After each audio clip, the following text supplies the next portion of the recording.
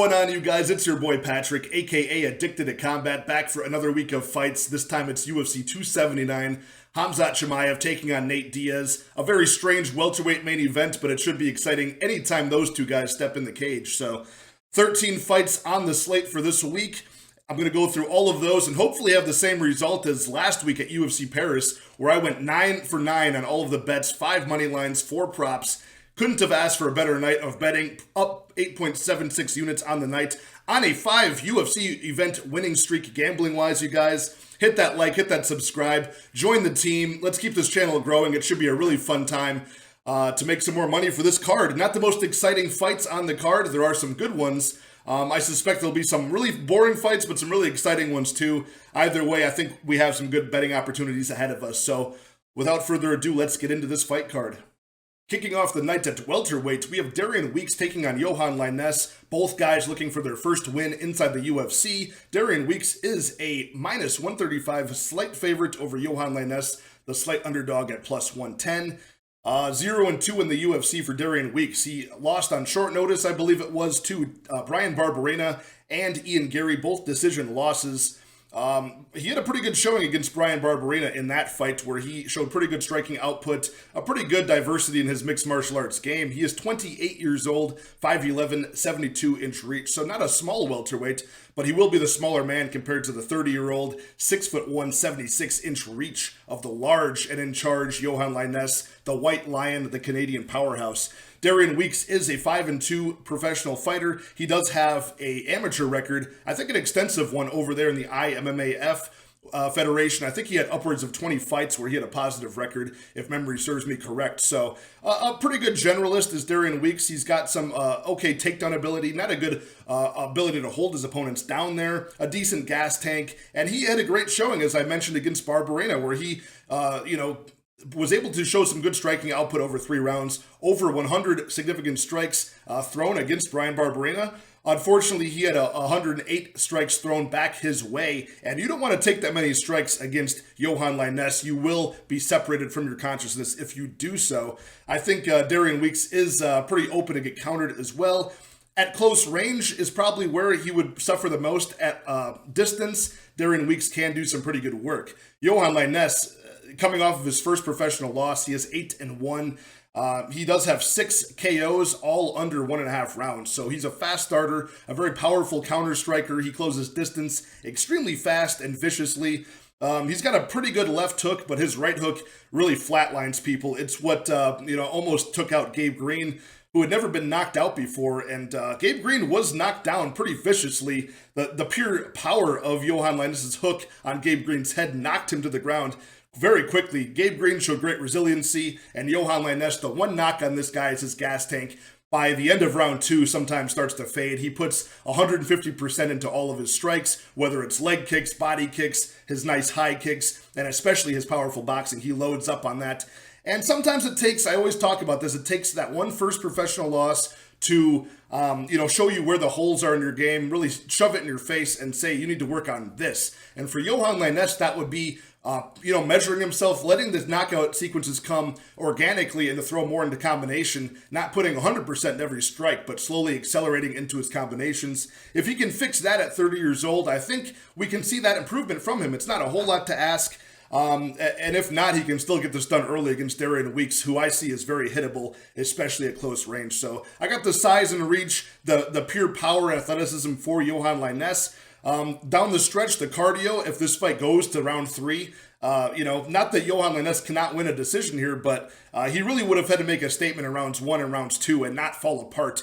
Darian Weeks, not a very potent finisher. I don't think Johan Lainesse will have to worry about that unless he death gasses in this fight. So I'm going to take Johan Lainesse as the first underdog in the first fight of the night. I like him by knockout here. I don't know what that prop is. It has not dropped yet. But the plus money on Johan Lainesse is actually, kind of calling at me right now as it is. But I'm sure the KO prop will be the most likely path to victory and a little bit more plus money for us. So give me Johan Lainesse by round 1 KO. Moving on to women's strawweight, we have Elise Reed taking on Melissa Martinez at 115. Martinez is making her UFC debut here. She has not fought in 2.5 years, but she has fought 6 times for the Combate promotion, pretty well-known promotion, and she's 7-0 as a professional, 6 fights in Combate, 5 knockouts, 2 decision wins. The only deficiency that she has shown is her defensive wrestling, and she does not have much offensive wrestling either. Mostly a kickboxer with a karate and kickboxing background. And she's been doing it for a long time since she was a kid. I think both of her parents were karate practitioners as well. So a family trade, something she's been doing for a long time. Why the long layoff? I think that her last fight got canceled in early 2020 due to the pandemic, but she hasn't had any other things come up, and she's just been refining her skills until the UFC called. So, supposed to fight Hannah Cifers in Hannah Cifers' last fight in her contract. Would have been a great fight for her, but she's facing Elise Reed on short notice. And Elise Reed basically has the same skill set as Melissa Martinez, right? Elise Reed is 29 years old, 5-2 as a pro. She is 1-2 in the UFC, not having much success outside of her decision win over Corey McKenna earlier this year, where McKenna refused to wrestle until the very ends of the rounds, giving Elise Reed the ability to outstrike her on the feet. So this looks to be a kickboxing match between two women who are going to be, in their comfort zone. So, I could see Melissa Martinez having made some improvements. She does look better at closing the distance. She looks better at blending her kicks and her punches in combination. And she looks to have a more damaging style as well. She has 5 knockouts. Elise Reed only has a couple of stoppages on her record, and she has been stopped twice as well by Sijara Eubanks up a weight class, which is forgivable, but then also against Sam Hughes. Again, that was a wrestling-based performance, but still, nonetheless, she has shown deficiencies in her durability. I have not seen that from Melissa Martinez. At minus 165 on the money line for Martinez and plus 135 for Elise Reed. Neither side of that money line is really calling to me. I don't know what I'm going to get from the 2.5-year-long layoff in Martinez. And I don't know if I'm going to see any improvements from Elise Reed. So Martinez can come back in here at 25 years old and show offensive wrestling. She could come in here and show even a more damaging, striking style, or she could have regressed. I don't know. So this is a real gamble. Since I'm going to pick Martinez, since there's no obvious flaw in her game, and I don't expect Elise Reed to have any surprises with her, wrestling all of a sudden. So I'll take Martinez to win a decision here, not a fight I intend to bet. Up next at bantamweight, we have Healy Alateng taking on Chad Anheliger. This is a bout where Chad Anheliger is the plus 140 underdog. Currently, the minus 160 favorite is the Chinese prospect Healy Alateng, who is now 30 years old, 5'6", with a 66.5-inch reach. Chad Anheliger is 35 years old, which is pretty old at this weight class, 5'6" as well, with a 64-inch reach. So pretty much the same, just giving up a couple inches in reach for Chad Anheliger, who is 12-5. And, he's got 1 win in the UFC. His debut most recently was against Jesse Strader, where he had a competitive back-and-forth fight, and it pretty much all came to that 3rd round. Luckily, Chad Anheliger, with his power, was able to get a knockout on Jesse Strader, but that's not a good opponent to be going in a close fight with in your debut. So before that, he had a Dana White Contender Series split decision win over Gafarov, who... Again, that was a split decision win because Chad Anheliger was out-controlled in that fight. He can be out-wrestled. He can be taken down very easily. Even Jesse Strader was able to take him down repeatedly in that fight. And sometimes Chad Anheliger, his takedown defense, he'll resort to just pulling guillotine, which he does have a couple on his record, but they're a long time ago. So Healy Alateng, he can actually use his wrestling to win these fights. So quite the opposite here. You can even outstrike Healy Alateng, and he'll still beat you in a decision just because he can mix in counter-striking and the control time. You can see that in his fights over Dana Bakary in his debut. You can see this even in his, fight over like Gustavo Lopez. That fight should have been a win for Healy Alateng, but he got deducted a point for grabbing the cage in round 3. So the only time he got really, really outclassed was against Casey Kenny, his only UFC loss. Since then, he's come back and made a statement over Kevin Kroom with a 1-round knockout. Under a minute, he knocked him out with a big overhand right. So one of the best combinations for Healy Alateng as a counter striker, which he mostly is that 2-3 counter. He does have a very nice right cross, left hand combination. The right cross, that left hook usually finds its mark. And he's got a very good chin as well. So even if Chad Anheliger can put hands on him, Dana Batkery is super powerful, and, he hit Alateng with a lot of shots. Alateng ate all of them and then returned fire. 15-8-2 draw for Healy Alateng. A guy who, started his career freestyle wrestling. The Muay Thai came second. He does have 5 knockouts, 3 submissions, and he is 7-4-2 in his decision records. There's a couple things that you could see, just like if you wiki cap it or even watch their fights. You could see Chad Anheliger. Wow, 5 of his losses are all submission. Those were a long time ago. His last submission loss was about 8 years ago or more. Healy Alateng, likewise, 3 of his losses have come by knockout. And you look at Chad, has a lot of knockout power. Again, those knockout losses were quite a long time ago. So far in the past, in his UFC career, Alateng is very durable. Chad Anheliger, not very good takedown defense, although he does not get subbed that easily. I could see a decision win for Alateng here pretty confidently. Getting control time, getting the better of the striking on the feet as well with some powerful counter striking. At 35 years old, Chad Anheliger will have to make very, very big improvements on his takedown defense, very big improvements on his get-up game, and really define at least 2 out of the 3 rounds with, landing some round-defining combinations on the feet, which I don't see happening. I could see Healy Alateng getting the better of just about every spot in this fight. So give me Alateng to win by decision. I'd be interested in even seeing what that prop is. I'm pretty interested in this next bout at women's featherweight between Norma Dumont and Danielle Wolf. Danielle Wolf is making her debut at long last. She had joined the roster after getting the contract late 2020 when she beat Tanisha Tennant on the Dana White Contender Series. 2 years ago, she was supposed to fight early 2021. It never materialized, and now it is finally happening in 2022, where Danielle Wolf is now 39 years old, 5'11", 70-inch reach. So much bigger than Norma Dumont, who's 31, 5'7", and 67-inch reach. Normally, Norma Dumont is the bigger woman in there, but this time, the athletic and tall Danielle Wolf, former amateur boxer. If you look on Tapology, it says pro boxing. She actually never went pro. She was an amateur boxer.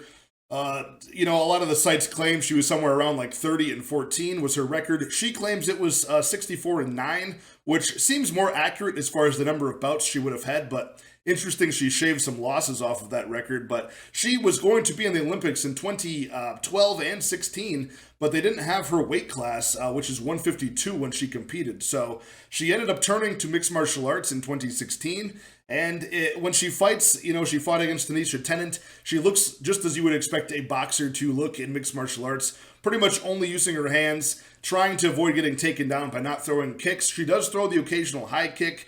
Tanisha Tennant was largely outstruck in rounds 1 and 3, but Tennant had her moments and almost, kind of stunned Danielle Wolf and unleashed, like a 4, 5, 6-piece combination on her, put her in all sorts of trouble in that fight. So Danielle Wolf was able to defend a lot of the takedowns, even though Tanisha Tennant was not really actively going for them. And, almost had a guillotine in a couple of spots there in that fight in the final round. So she did a very good job of defeating somebody who does mixed martial arts for a living in Tanisha Tennant, which is always embarrassing when somebody with no MMA record comes in and beats you, almost like Clarissa Shields did it in the PFL.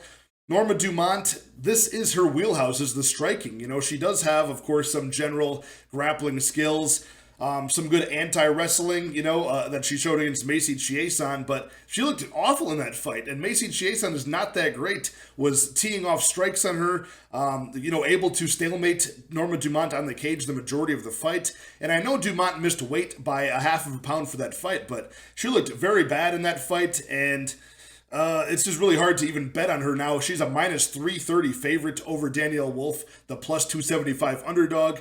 I get the price tag on paper because of, the huge gap in experience in mixed martial arts, but you've got the size and the reach for Danielle Wolf, just the pure athleticism as a potential Olympic athlete, the footwork, the power, the hand speed, and I'd even give the cardio, of course, to Danielle Wolf in this fight. She looked fine after fighting 3 rounds against Tanisha Tennant a couple years ago. Of course, the MMA experience, the age, the just overall activity over the past couple of years. I'd say diversity of striking in mixed martial arts. Dumont has pretty good combinations and, some good kicks as well. And, her striking output, I'll give that to Dumont as well. But It's just so hard to bet on either woman here, right? This is a true gambling matchup here, right? You're gambling if you bet on Danielle Wolf because you don't know what she looks like after 2 years. Maybe she has added in grappling to her repertoire. I don't know. At 39 years old, it seems unlikely. But with Dumont, you're banking on the fact that she's going to look totally improved against an athletic woman in Danielle Wolf. Look a lot faster, and actually decide to go for the grappling and the wrestling right off the bat, which she should do. But again, it's a gamble because Danielle Wolf, even though we didn't see a lot of that displayed in her fight against Tennant, that was just one fight. Maybe she has actually been working over the past several years on her wrestling. We don't know. I gotta pick Norma Dumont to probably get a decision win here, just because of all of her MMA experience. You'd be dumb not to pick her. But at the same time, this money line is completely out of whack, and I don't even know how to attack this. I assume this goes over.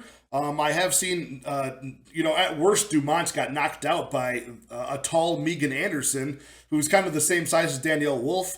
Her best performance was probably either over Ashley Evans Smith or that terrible performance that Aspen Ladd, opposed her with. So even in her best moments, they're not over the best women, and in her worst moments, she's getting knocked out early in round one. So it's a total toss-up, a total pass betting-wise for me. I am excited to see Danielle Wolf in this fight, and I will be rooting for her to win, just because that would be hilarious if you've got a 39-year-old prospect at this fake women's featherweight division. So give me Norma Dumont to win by decision here, total pass betting-wise. Okay, up next at heavyweight, the sloppy heavyweight fight of the card, the people's main event, you could say. Jake Collier taking on Chris Barnett.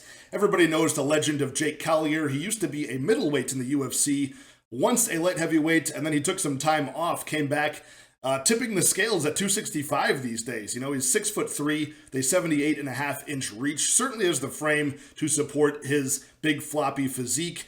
33 years old at this point. He is 13-7 as a pro. The minus 400 favorite in this matchup, which is crazy. He's that big of a favorite over anybody. Chris Barnett, the plus 300 underdog.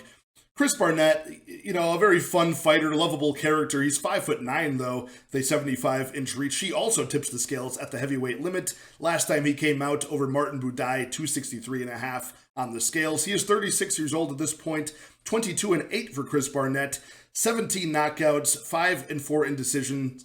He's been knocked out a couple of times and subbed only once, and that was in his short notice debut against Ben Rothwell, where he got choked out in an embarrassing loss. His cardio is just not very good. He throws wild spinning techniques that are very flashy, fun to watch, and devastating if they land. Most of the time they don't land. They miss by a mile. They get him out of position to be countered, taken down, or they just tire him out, and he's breathing heavy, sucking air by round 2. So that's not good, and he does have the power to do okay, the mobility and the technique to do okay at this weight class, if he just threw in combination more, but I don't expect him to change his ways at this point in time. He is 1-2 in the UFC. His only win was last November, the spinning wheel kick knockout heard around the world over John Vellante.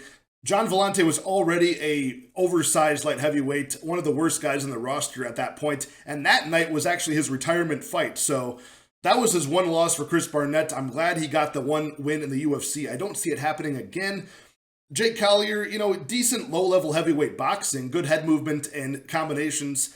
When he does get hit clean and return in the combinations, he can panic and make it worse for him, get his, start over-swinging, get himself out of position and make a bad situation worse. But overall, not the worst. He's got an equal opportunity in his winning method, 5 knockouts, 4 subs, and 4 decisions. His last split decision was a big robbery. He should have beat Andrei Arlovsky. It was a close enough fight, but he got the loss in that one. Very controversial. Another one against Carlos Felipe a couple of years ago. Again, he probably should have won that fight, a split decision loss, but it was such a sloppy fight, you don't really even care about arguing it. So, he looks better at heavyweight these days, fighting some bad competition like Chase Sherman, where he was able to ground and pound him, and get the choke. His takedown accuracy overall is 33% for Jake Collier, but at heavyweight, it's more closer to like 60%. So I'm going to go off of that. It looks decent.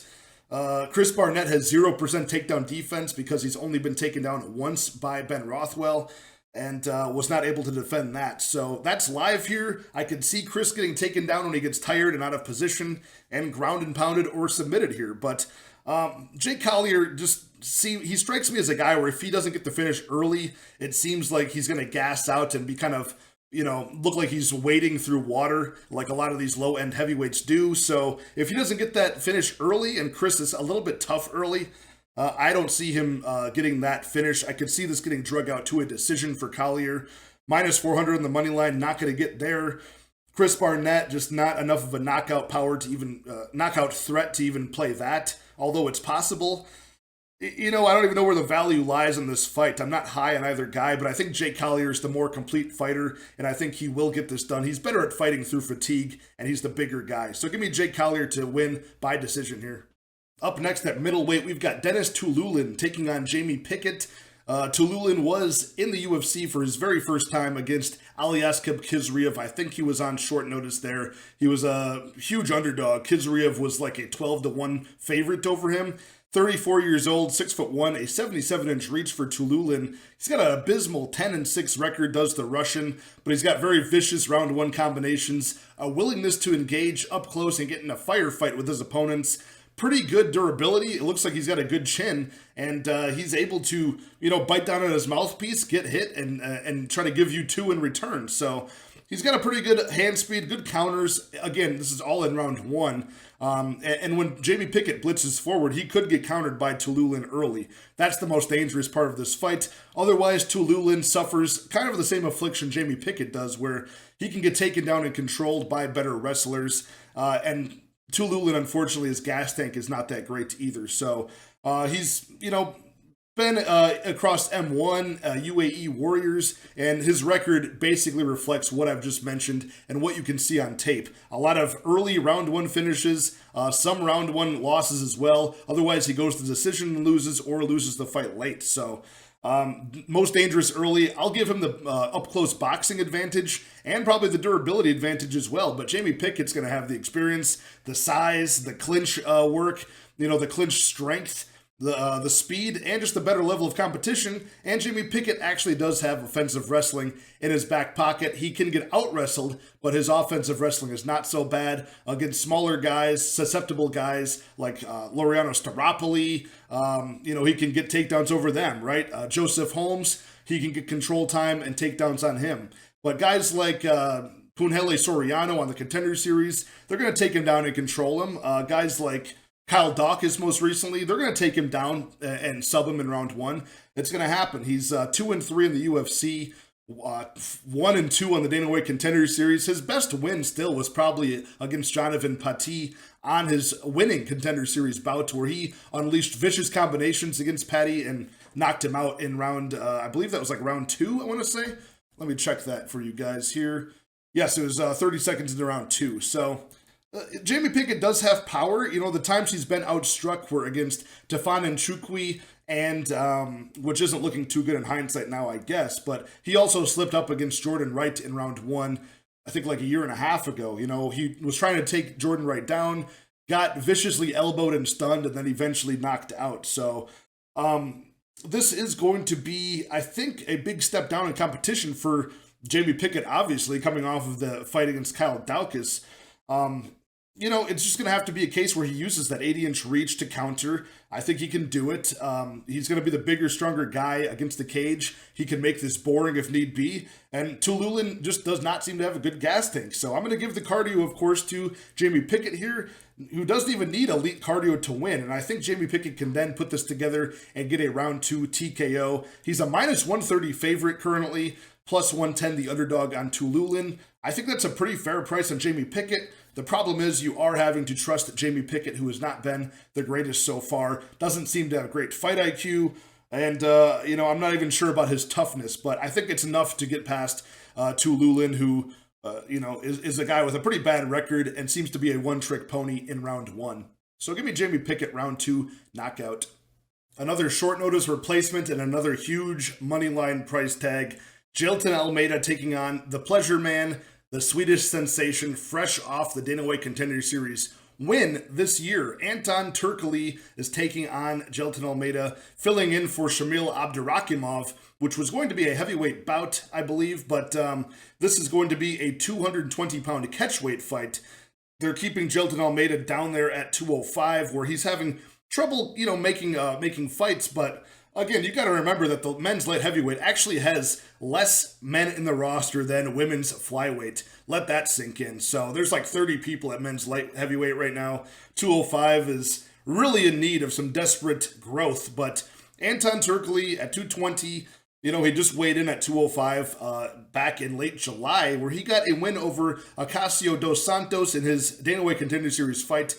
And although he didn't get a contract for that fight, I believe that was the night that Dana White scolded everybody for not doing well. He did have 12 minutes of control time over Dos Santos.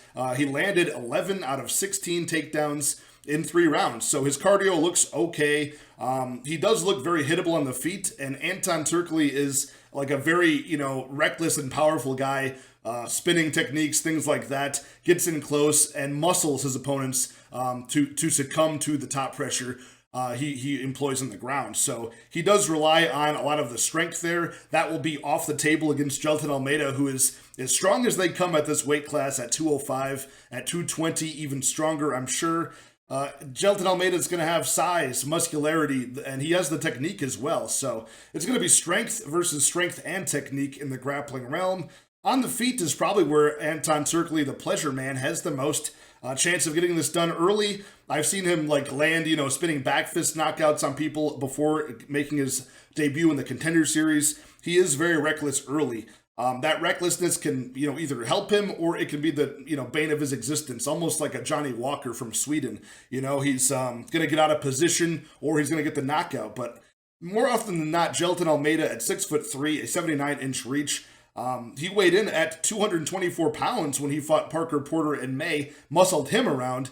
He's successful in pretty much everybody that he gets in this position. When he opens up the first 10 seconds of the fight in round 1, Almeida will throw a front kick either to the head or to the body, and then he'll rush in for the double leg takedown against the cage. And he's been successful so far. So his fight in the Contender Series, he throws the front kick on Nasruddinov, throws a few of those, gets the takedown.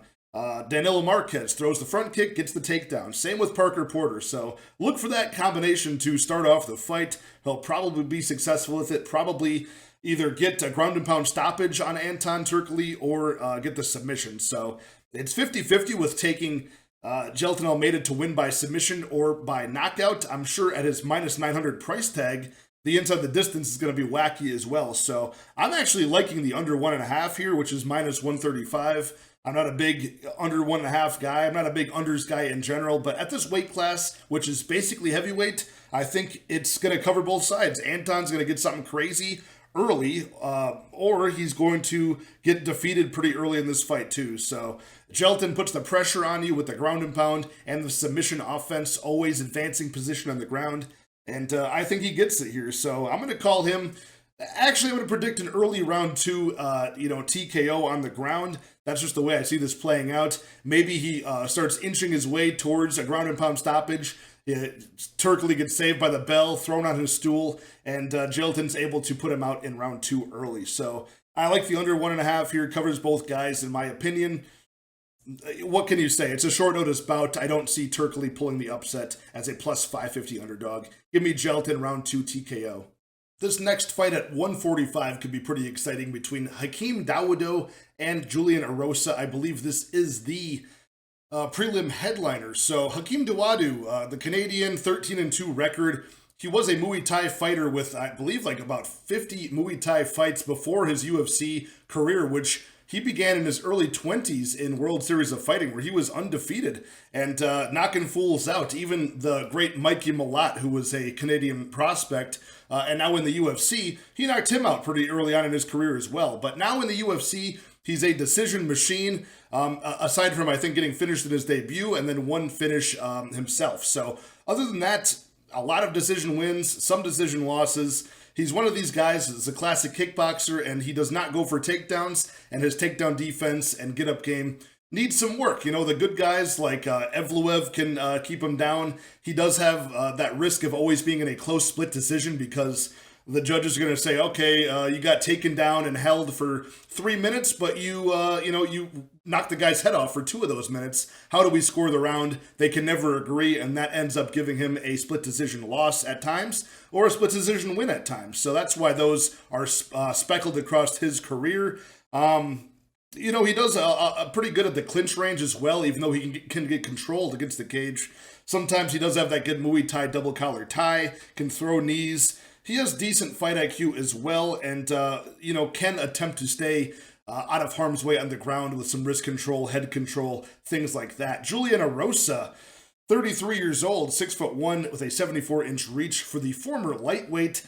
He's going to be the bigger man here, but he always has that weird craned-over style where he does not keep his hands up particularly high. His chin is generally exposed. It's a 27-9 record and a lot of finishes. 11 knockouts, 12 submissions, 4-4 indecisions. He's been knocked out 5 times as Erosa, and 4 of those at the UFC level. This is technically his 3rd UFC stint. He's been in The Ultimate Fighter, he's been cut, he's been brought back for the Contender Series, cut again, and then brought back. So, 3 stints in the UFC, he's scratching and clawing to stay in this organization. Not good takedown offense, but good opportunistic submissions, right? He's got, I think, like 4 Darce chokes on his record. Very good at that. That's his signature move, but not a very good chin, not very good striking defense. He does have that explosive striking offense, and his record makes very little sense, right? I mean, you'll have him beating guys like Jourdain, Woodson by submission, knocking out Nate Landwehr in round 1, albeit maybe an early stoppage, but still. And then, most recently, he's got a split decision close fight against Steven Peterson. So just nothing really makes sense in his career overall. He's always at risk of getting knocked out on the feet. And against Hakeem Dawodu, I think that's going to happen. I think Dawodu should probably shake this decision streak he's been on, get a finish here by round 2 over Julian Erosa. I just think it's going to be an issue where Julian Erosa doesn't have that good takedown offense I mentioned. Hakeem should have a pretty good ability to stay out of harm's way and just outstrike him at range. He's coming off of a beautiful performance over Mike Trizano, where he outstruck him. Should be no issue against Julian Erosa. Hakeem Dawodu's only knockout in the UFC was over Yoshinori Hori, and in that fight, it's been a while, but he got a knee to the body with the right knee and then finished him off with that left high kick.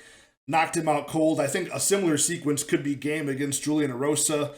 We're looking at Dawodu, who's got a extremely positive striking differential. Julian Erosa, a pretty negative one, I believe. Unless he's just breaking even. I have to double check the stats on that.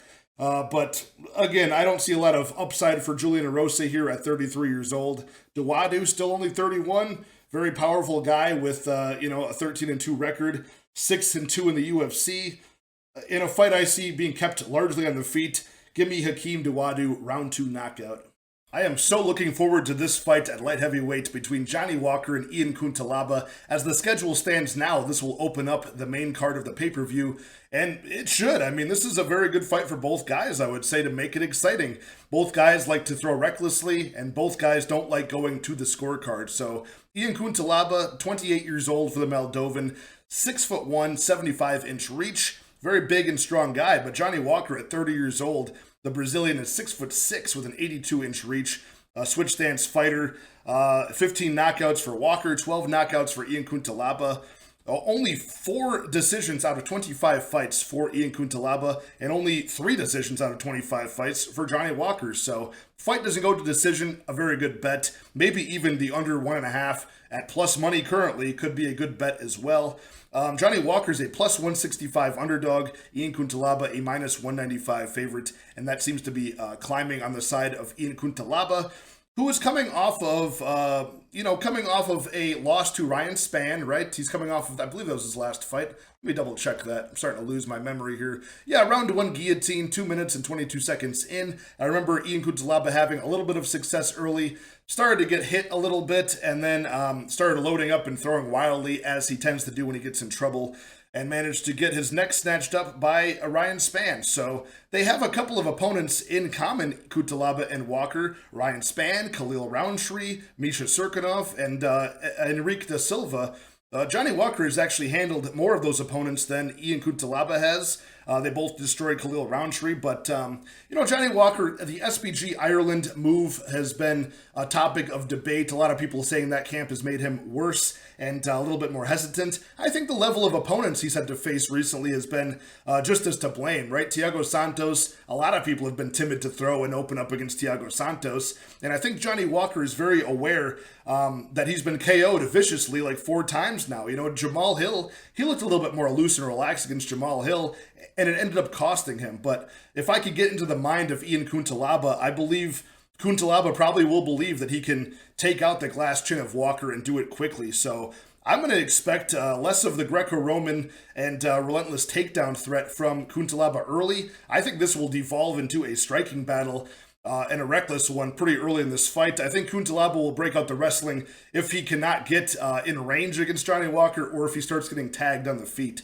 I think he'll start panic wrestling and then remember that he's a wrestler. So the 2 KO losses to Anheliger from Cutelaba, those are like a good example of a southpaw striker getting the better of him, showing that he's susceptible to that left straight and those hooks up close. They ended up putting Cutelaba away in that second fight cold. So Johnny Walker's got better kicks, good leg kicks, body kicks, a teep kick up the middle, a front kick to the face even. And he's got pretty good ability to defend the takedown on the cage with those elbows that he showed when he finished Ryan Spann by knockout. So, he's got a pretty good ability to flow, be creative with the striking when he's comfortable, switch stances and confuse his opponents.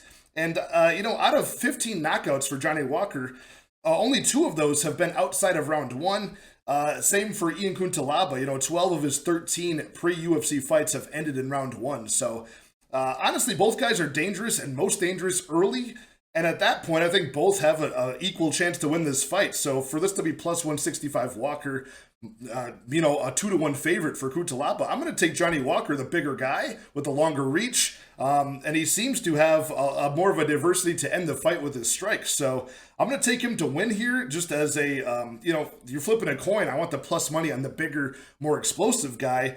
If this does go late, I'd probably imagine Ian Cutelaba could start using that wrestling, but his gas tank tends to fade late in the fights as well. So I'm not too high on the Cutelaba side. I am a fan of both guys. I don't want to really bet against either guy on the money line, but if I could get a Johnny Walker round 1 KO prop that was juicy, or if I could get just the under 1.5, which is currently sitting at plus money, I like both of those. The stats like it as well. So give me Johnny Walker round 1 knockout. Up next at women's bantamweight, Irina Aldana taking on Macy Chiasson. Chiasson, the plus 160 underdog. Irina Aldana, the minus 185 favorite. And money has been coming in on Aldana, and I totally see why. She's 5'9", 68-inch reach, 34 years old at this point, with a 13-6 record. Macy Chiasson, an 8-2 record, 31 years old, somewhere around 5'10 or 5'11 with a 72-inch reach. So you got the height and reach measurables, and even the age slightly for Macy Chiasson, but the resume largely goes in the favor of Irina Aldana. And just the overall MMA skill goes in the favor of Aldana as well. She's a better fighter by far, in my opinion. Chiasson has, a couple KOs on her record and a 4-1 in decisions. She has largely spent her career in the UFC level, but, her KOs are over Gina Mazzani, Sarah Moraz, and you're having her beating, like Shayna Young, Marion Renault, who was like 50 years old at the time. So some of these wins don't, mean a whole lot, and some of her losses aren't that great either. So a horribly weak resume for Chiasson. Although her best win was just over Norma Dumont, who we spoke about earlier, had a very bad performance in that fight. Not taking away entirely from what Macy Chiasson did. She did stall and control on the cage, but she did make several mistakes in that realm as well. She ended up going for takedowns or going for positions on Norma Dumont and ending up on her back. And, just luckily enough, Norma Dumont was able to capitalize on that and stay on top. So making mistakes on the bottom and ending up on bottom is not good against Irina Aldana, who's very, very powerful, very heavy hands on the feet. And, she's got smoother, faster movement, better striking defense by far and striking offense. It's just going to be night and day on the feet. And Irina Aldana, unlike Norma Dumont, has the ability to circle off of the cage and, really use good head position and things like that, good overhooks, and negate the cage stalemating that Chiasson would love to employ. Not to mention, I believe Irene Aldana has very good cardio compared to that of Chiasson, who was sucking wind in round 3 of her fight against Norma Dumont, which was a pretty low output affair. So both women are at risk of missing weight here. Macy Chiasson actually missed weight at 148 pounds, and now she's expected to do 135. So against Pennington, that was a couple of fights ago. She was going to fight at featherweight and missed the featherweight limit. So Irene Aldana, of course, has missed weight before as well, and she has that nice knockout win and ground and pound stoppage over Yana Kunitskaya. Irene Aldana's got a very nice, clean jab that's powerful and maintains distance well. She uses it very well, but then occasionally she'll actually lead with a left hook and paw that out there, and that's powerful too. That's what knocked down Yana Kunitskaya, and that's also what flatlined Ketlen Vieira. So the power is key here. This is going to be power that Macy Chiasson has never really faced before, so with all of these things, the defensive grappling on the cage, the ability to defend takedowns, just a better movement, and she looks like she's improving even at 34 years old. A much better resume, 7 knockouts, 3 submissions. I'm all in on Irene Aldana. I like her. I already put down 1.5 units on her, so we'll keep that there. We'll see about an Aldana by knockout if that prop is worth looking at. It might be in this spot. Chiasson's never been finished, but Ketlen Vieira had never been knocked out either. So give me Irene Aldana pretty confidently here. Up next is a fun bout between Kevin Holland and Daniel Rodriguez. Both guys doing quite well in the UFC. Kevin Holland moving down to welterweight. Daniel Rodriguez, this is his weight class, but this is at 180 pounds at catchweight. So I think they might have moved this fight earlier up on the schedule just to fill up this card. I think that's the reason that this is at catchweight, giving these guys time to just get down to 180. Either way, Kevin Holland, 29 years old, 6'3", and an 81-inch reach for the former middleweight. Daniel Rodriguez, 35 years old at this point. He's 6 foot tall with a 74-inch reach. He's 16-2 for I believe he's a former boxer as well. 8 knockouts, 4 submissions, and a 4-2 decision record. He's coming off of a win over Kevin Lee by decision last August, so it's been a while since we've seen D-Rod. But again, 7 UFC fights, 6-1 record. His only loss was to Nicholas Dalby. So this is a guy who, been slowly working his way through the division here. Kevin Holland, much higher level of competition, much more exciting, high-profile fights, right? He's a BJJ black belt, which we saw on display last time out against Tim Means. We got a club and sub victory by Darce choke in round 2 over Tim Means back in June. So he's a very active guy, better experience, better level of competition, much bigger at an 81-inch reach than 6'3". 6 years of youth for Kevin Holland here. He's the minus 210 underdog, plus 180 underdog minus 210 favorite for Kevin Holland, plus 180 underdog for D-Rod. So 13 knockouts for Holland, 6 subs. He's just a better finisher overall at the higher level. 5 wins in 2020 put him on the map, but then he was exposed and out-wrestled back-to-back against Derek Brunson and Marvin Vettori, both 5-round bouts. So he's come back now at this weight class at 170 where he belongs, a small-framed guy. 2 finishes already, a TKO in round 2 over Alex Oliveira and the round 2 club and sub over Tim Means we just talked about. All of the losses are against good wrestlers for Kevin Holland, right? Guys like Vettori and Brunson, guys that can control him. And he's getting better at it. He's had those big, embarrassing losses in high-profile spots, so both main events. He's working on his defensive wrestling. Should be a little bit easier at this lighter weight class. And not to mention now, Daniel Rodriguez is not an offensive wrestler at all. He's a boxer, and he fights the part, a very powerful guy. And he made his debut in the UFC with a 10-1 pro record, where he guillotined Tim Means, oddly enough, in his debut. So kind of ironic that was his first win in the UFC, Kevin Holland's most recent one. So good striking output from D-Rod for sure. Good durability. He is somewhat hittable, and the only time we've seen his durability kind of cracked was on the fight against Dwight Grant, where he got knocked out pretty much by Dwight Grant, came back to life, was given every chance by the referee. Awesome referee work in that fight, and he came back and knocked out Dwight Grant, who pretty much gassed himself out trying to finish D-Rod, all within the span of a few minutes in round 1. So go back and watch that fight if you guys haven't. It's great. It's like maybe like a welterweight version of Pat Barry and Czech Congo from years ago. It's kind of like that type of comeback. So, The level of competition for D-Rod is where I start drawing some concerns, though, right? I mean, his last 3 fights, his win streak now is over Kevin Lee, who was kind of a washed-up 155er past his prime, now cut. Preston Parsons, who was making his debut on short notice, he was able to knock him out at least. And then Mike Perry, who's not in there. Mike Perry, I'll forgive that one. Mike Perry is basically a bigger, blacker version of Francis Ngannou, so that's a good win. But you see what I mean. It's a lower level of competition than what Kevin Holland is used to. I think Holland is just way more advanced, and with his creative, dynamic striking and his huge reach advantage, 81 inches versus 74 inches, I just think Kevin Holland's the more comfortable guy, the smoother mover out there, and I think he could even put Daniel Rodriguez away, but since Rodriguez has been so durable here, I'm going to call Kevin Holland to win by decision. Wouldn't mind looking at that prop, but I wouldn't be surprised if inside the distance hits 2. I'd rather just hit the money line for Kevin Holland here. Many of his wins, though, for Kevin Holland are pretty early. I mentioned he is 4-5 in decision, so he's got quite a few of them, but a lot of the times when he wins, it's by finish. So I probably won't end up picking a time prop on this. I'll just take the money line on Kevin Holland. It's currently climbing, so you probably want to get in now. Holland's probably going to be one of these guys that gets parlayed and just really steamed. So give me Kevin Holland to win this fight.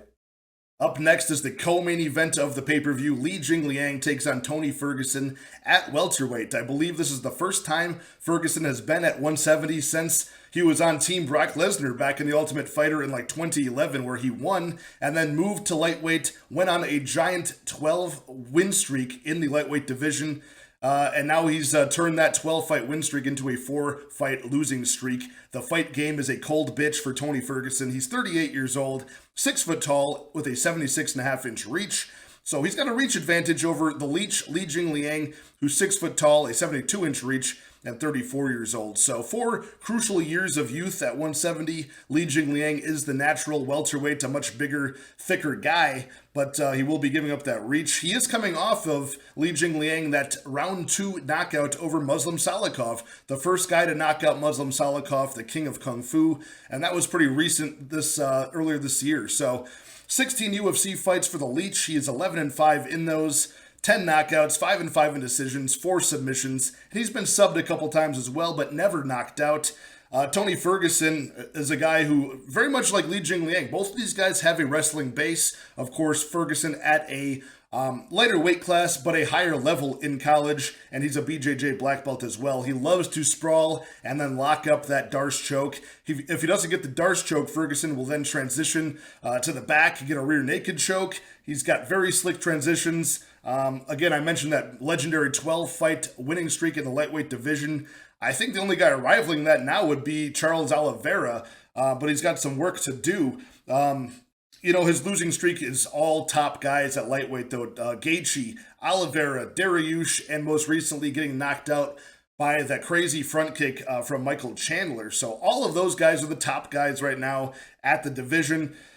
Tony Ferguson's cardio has been the real difference maker in his entire career. Not only his durability, but his cardio. He's able to drag a lot of guys into deep water, whether that's round 2, 3, 4, or 5. And once they get there, Tony Ferguson looks fine in between rounds. Walking around, drinking water casually, gets right back in there and does some crazy stuff. And, basically like a better version of Diaz striking, where he has that accumulation of damage. His strikes add up over time, and once you're way more tired than he is and he's still throwing, combinations at range, you don't even have the ability to brace or react to those anymore. Eventually, people panic wrestle and get their necks locked up from Tony Ferguson's slick BJJ game. So Ferguson, though, when his opponent's not tired against him, his hands are low. He never has the best striking defense. His MMA boxing is pretty decent, but still, there's holes in the defense. A guy like Li Jingliang, who's very tough, very technical and powerful at the same time, I think Li Jingliang also has the durability at this point, never been cracked, never been put away, and we've seen twice now Ferguson has been finished in his last 4 fights. So obviously Ferguson has the high level of experience at lightweight, the unorthodox movement and counters, stance switching, things like that, and he's got that championship cardio. He's been to championship rounds 3 times now. We'll give that to Ferguson, but there might be some regression in some of those skills. Li Jingliang has the size, the power. I mentioned the technical striking and counter-striking ability, and he's just got the general momentum now. He's not on a 4-fight losing streak. He's on a win streak now. So aside from that hiccup over Khamzat Chimaev, he's doing quite well. Li Jingliang's, always boxing in combination. He's got good kicks, but his best combination is that uppercut, then a big left hook comes over the top, usually finds its mark. So he feints a lot. He'll fake the right uppercut. As you react to that, move your head back, he'll clip you with that big left hook. So he's done that many, many times. He's knocked out guys that don't get knocked out that often. Ponzinibbio, very durable. Zaleski dos Santos had never been put out before until facing Li Jingliang. Same with Muslim Salikov. Never been knocked out until Li Jingliang. So this could be a case where I'm going to have to call, the favorite to win again. I don't have a really good angle to pick Tony Ferguson here. I don't see Li Jingliang getting, super tired. Unless Ferguson comes in here and is able to go like toe-to-toe in a striking battle with Li Jingliang, take all of his best shots until Li Jingliang is tired, then maybe Ferguson could take over with that cardio. But I see a regression in the skills of Ferguson. He's up a weight class and 38 years old. Give me Li Jingliang to knock him out at some point in this fight. I'm taking the favorite in this one. Okay, we've made it to the main event of the pay-per-view. Khamzat Chimaev taking on Nate Diaz at welterweight. A very fun fight. Two guys that the fans want to see fight. Khamzat Chimaev, 28 years old, 6'2", with a 75-inch reach. The guy looked unstoppable. He still looks unstoppable. 11-0 professionally. The first time we even saw him look somewhat remotely human was against Gilbert Burns. And even when you break down that fight, you're talking about a guy who has not fought a ranked fighter, goes in against the number 2 guy, the title challenger, former title challenger, beats him in a 3-round war, takes his best punches, out-wrestles him, out-cardios him, and outstrikes him. It's just a pretty incredible thing to witness Khamzat this young make this big of an impact, where now he's a minus 1250, at some places even more than that, some places like minus 1800 favorite over Nate Diaz, somewhere around the plus 700 underdog as it stands. Diaz, 37 years old, 6 foot tall, a 76-inch reach for the southpaw who's been in the UFC forever. I think longer than any welterweight has been in the UFC, and I think I think more than anybody, maybe Matt Brown, but I think even before Matt Brown. And I think he's been in there longer than all lightweights besides like Joe Lozon and Clay Guida. Otherwise, I think he's the top dog. He's he's been in there forever. He's the Ultimate Fighter Season 5 winner, which was quite a while ago. I want to say like 2007. And he's had some good moments. He even challenged for the belt against Benson Henderson back in 2012. Unsuccessful, but he's had some good moments. Some of his better wins are like Gray Maynard, Takanori Gomi. Who else am I missing? The Awesome War, where he went like full Matrix mode against Donald Cerrone. I was there for that one. That was a long time ago, but he's 20-13 now. As I mentioned, 37 years old, so quite a bit older. And the submission game was really his only thing, right? He could get the submissions, he could pull triangles, guillotines, rear naked chokes, but he's 4-10 in decisions. He's only been KO'd one time and TKO'd by doctor stoppage against George Masvidal, where he was getting his ass kicked. And that was really, that was a long time ago now, but that was recent as far as how many times he's been fighting. So I'm seeing a lot of people rooting for Diaz. The Diaz brothers are a fan favorite. I'm an old school fan. I'm not really a big fan of these guys. I like people who win fights. I don't like people who goof around in there against Leon Edwards for 5 rounds, make it a horribly boring fight, make a mockery of the sport by goofing off. Go in there and fight. I hope he gets his ass kicked, and I hope it's, borderline murder in the octagon. I like Khamzat Chimaev. He's the current guy, and I'm not playing favorites because he's an old school guy. We got 7 round 1 finishers for Khamzat Chimaev, 6 knockouts, 4 submissions, and now he only went to decision. He only went over 1.5 one time and only went to decision one time against Gilbert Burns. So he's got the cardio to do it, the toughness to do it. And I like the under 1.5 in this spot. It's at plus 135 currently. 10 out of 11 fights for Khamzat Chimaev, he's won under 1.5 rounds. Do I think Nate Diaz is going to stop that because of some supposed cardio and durability? I don't really think so. He looks like a joke these days. Very timid, unsure of himself, and not very mentally tough either. So The minus 1250 price tag is implied at 92.6% probability that Khamzat wins. I think he wins 92.6 times out of 100 times. So I like him a lot here. He's, fought at middleweight. He's fighting a former, lightweight here who's going to look tubby and fat. So give me Khamzat Chimaev to, have his way with Diaz. Probably pound him out by TKO in round 1. But I like the under 1.5. I'm not sure how to play much of anything else. I know all of the lines for this will be inflated when the props drop. But Khamzat Chimaev by murder, I'm locked in on that play. Okay, there you have it, you guys. All 13 fights broken down for UFC 279, Chimaev versus Diaz. Some spots I'm looking to bet, some spots I want to stay far away from. Also, I want to wait for those props to drop. And on Wednesday at 8:30 p.m. Central Time, I'll be having Uncle Weezy MMA on here to help me break these down. We'll talk about the fights, shoot the shit, and try to find good prop spots as well to bet. We need the king of statistics, Uncle Weezy, to do it. Hit that like, hit that subscribe, help me keep this channel growing. We've been doing very, very well together, you guys, and it's been really fun interacting with you guys, getting to know you guys on Twitter. You can follow me there at Combat Addict 1, and I will talk to you guys next time. Cheers.